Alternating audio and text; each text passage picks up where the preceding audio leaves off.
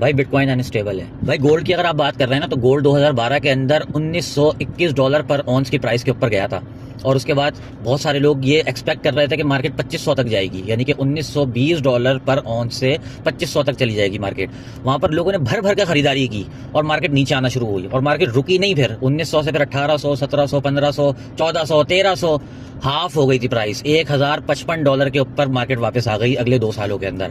तो अनस्टेबिलिटी क्या चीज होती है भाई? देयर इज नो अनस्टेबिलिटी, ठीक है ना। मार्केट के अंदर एक अप ट्रेंड होता है, अप ट्रेंड के अंदर करेक्शंस आती हैं। करेक्शंस का मतलब यह है कि अगर कोई बहुत ज्यादा तेजी से ग्रो करने वाली चीज है तो वो बहुत ज्यादा तेजी से नीचे भी आएगी, ठीक है ना। तो बिटकॉइन की अगर हम बात करें ना, तो सन 2020 के अंदर बिटकॉइन $3000 का था, और उसके बाद ऊपर जाते जाते $70000 के ऊपर गया, फिर $70000 से $15000 के ऊपर आया, फिर $15000 से $1,00,000 के ऊपर चला गया। तो हर आने वाली मूव इसकी ऊपर की तरफ है, और जब नीचे करेक्शन आती है तो जाहिर सी बात है उसके अंदर भी 70% डाउन जाता है, क्योंकि उसके बाद इसने 2, 3, 4, 5, 6x जाना होता है। तो अनस्टेबिलिटी से अगर मुराद ये है कि इसके अंदर प्राइस मूवमेंट ज्यादा है, तो बिल्कुल ज्यादा है, और प्राइस मूवमेंट की वजह से ही तो इनकम अपॉर्चुनिटीज बनती हैं।